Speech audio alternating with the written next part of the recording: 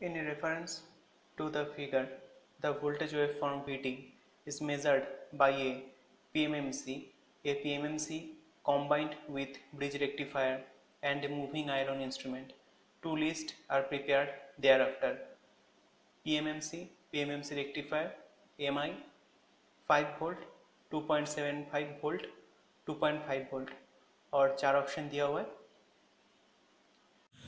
तो यहाँ पे आपका एक इंस्ट्रूमेंट का लिस्ट दिया हुआ है, PMMC रेक्टिफायर, AMI और 3 वैल्यू दिया हुआ है और 4 आपका कॉम्बिनेशन दिया हुआ है। तो हम लोगों से पूछ रहा है कि ये चारों कॉम्बिनेशन से कौन सा वाला सही होगा। ये PVSC या SSC का क्वेश्चन है और एक वेवफॉर्म दिया हुआ है, स्क्वायर वेवफॉर्म दिया हुआ है जो 4 मिलीसेकेंड्स के लिए ऑन है और इसका टोटल टाइम पीरियड है आपका 16 मिलीसेकेंड। अब देखिए PMMC जो होता है वो आपका होता है permanent magnet moving coil instrument, मतलब जो सिर्फ और सिर्फ DC को मेजर करेगा। अब AMI जो होता है वो आपका आता है मूविंग आयरन, जो सिर्फ और सिर्फ आपका AC को मेजर करेगा। अब AC का क्या मेजर करेगा? RMS वैल्यू मेजर करेगा। और PMMC जो मेजर करेगा इस वेवफॉर्म का एवरेज वैल्यू मेजर करेगा। और PMMC रेक्टिफायर जो होता है, देखिए PMMC rectifier type instrument mainly use होता है साइन वेव का मेजरमेंट के लिए। इसका 2 टाइप होता है, एक फुल वेव रहता है और एक हाफ वेव रेक्टिफायर रहता है। अब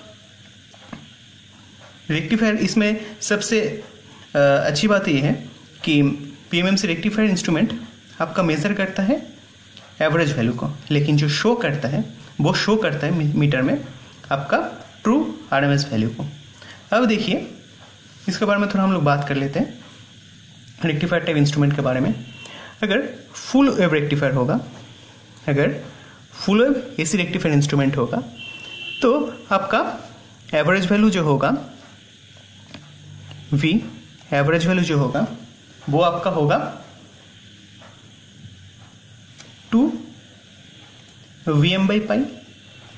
और अगर हाफ वेव होगा, मतलब ये आपका है फुल वेव के लिए, और अगर हाफ वेव होगा तो आपका आएगा Vm/π, ये हाफ वेव के लिए है। और जो RMS वैल्यू है Vrms फॉर साइनसोइडल वेवफॉर्म वो आपका आएगा Vm/√2। और दोनों ही के लिए ही सेम है, मतलब फुल वेव के लिए भी Vm/√2 है और हाफ वेव के लिए भी Vm/√2 है।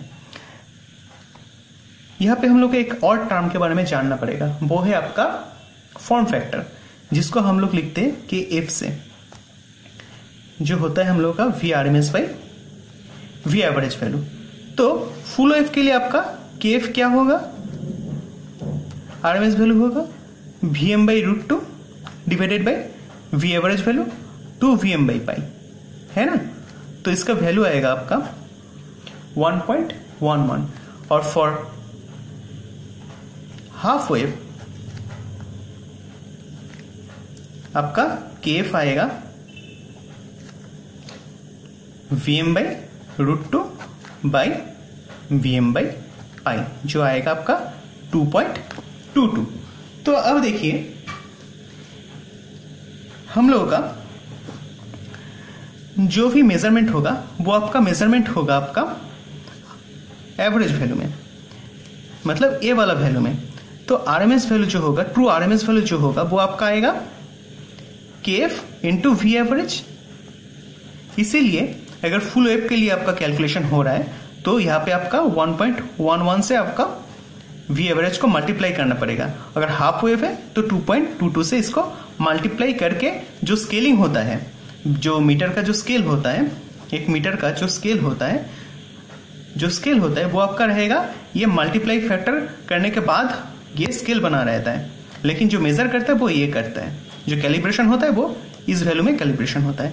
तो हम लोग का अगर PMMC रेक्टिफायर का वैल्यू निकालना है तो पहले हम लोग को V एवरेज वैल्यू निकालना पड़ेगा, उसके बाद उसको 1.11 मल्टीप्लाइंग फैक्टर से मल्टीप्लाई करने के बाद ही जो वैल्यू आएगा वो आपका शो करेगा PMMC रेक्टिफायर इंस्ट्रूमेंट में।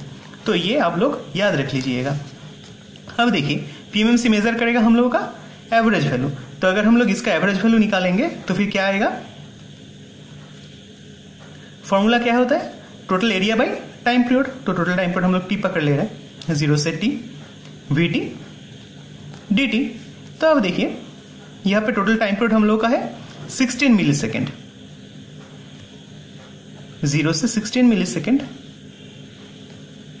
VT dt। अब देखिए सिर्फ 4 सेकेंड के सॉरी 4 मिली सेकेंड के लिए कॉन्डक्ट कर रहा है, मतलब प्रेजेंस है।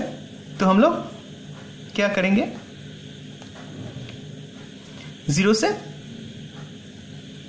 4 तक लेंगे और बाकी का बाकी तो आपका 0 हो रहा है, 4 से 16 तक बाकी का बाकी, तो हम लोग उसको कैलकुलेशन नहीं कर रहे, वो 0 पार्ट है। तो ये इस वैल्यू कितना दिया हुआ है, ये 10 वोल्ट दिया हुआ है। तो 10 अगर हम लोग बाहर निकाल ले रहे हैं, क्योंकि ये तो कांस्टेंट है, dt का इंटीग्रेशन t 4 × 10⁻³ तो पहले अपर लिमिट बैठता है, फिर लोअर लिमिट -0, तो उसको हम लोग नहीं लिख रहे, -0 कैंसिल आउट 4, तो आपका आएगा ये 2.5 वोल्ट। जो एवरेज वैल्यू आएगा वो 2.5 वोल्ट होगा। ठीक है, तो एमआई में हम लोग VRMS वैल्यू निकालते हैं, मतलब रूट मीन स्क्वायर वैल्यू। तो रूट मीन स्क्वायर वैल्यू में क्या होता है हम लोगों का,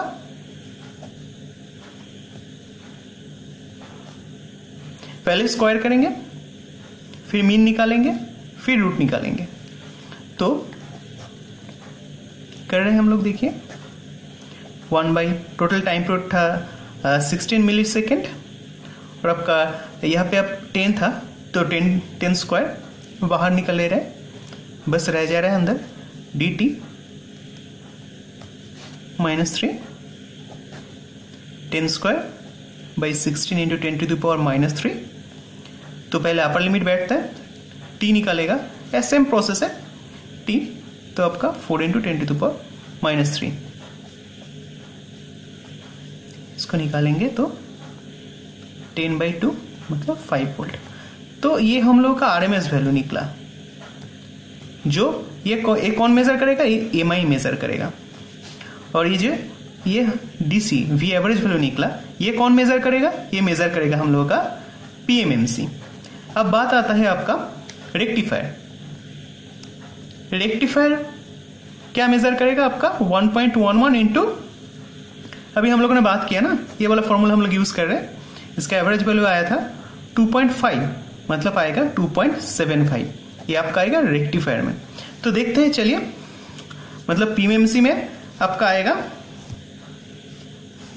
2.5 वोल्ट, 2.5 वोल्ट मतलब ये 3, और एमआई में आएगा 1, और इसमें आएगा 2, मतलब ए के लिए 3, ए के लिए 3, एक तो हुआ, एक तो हुआ।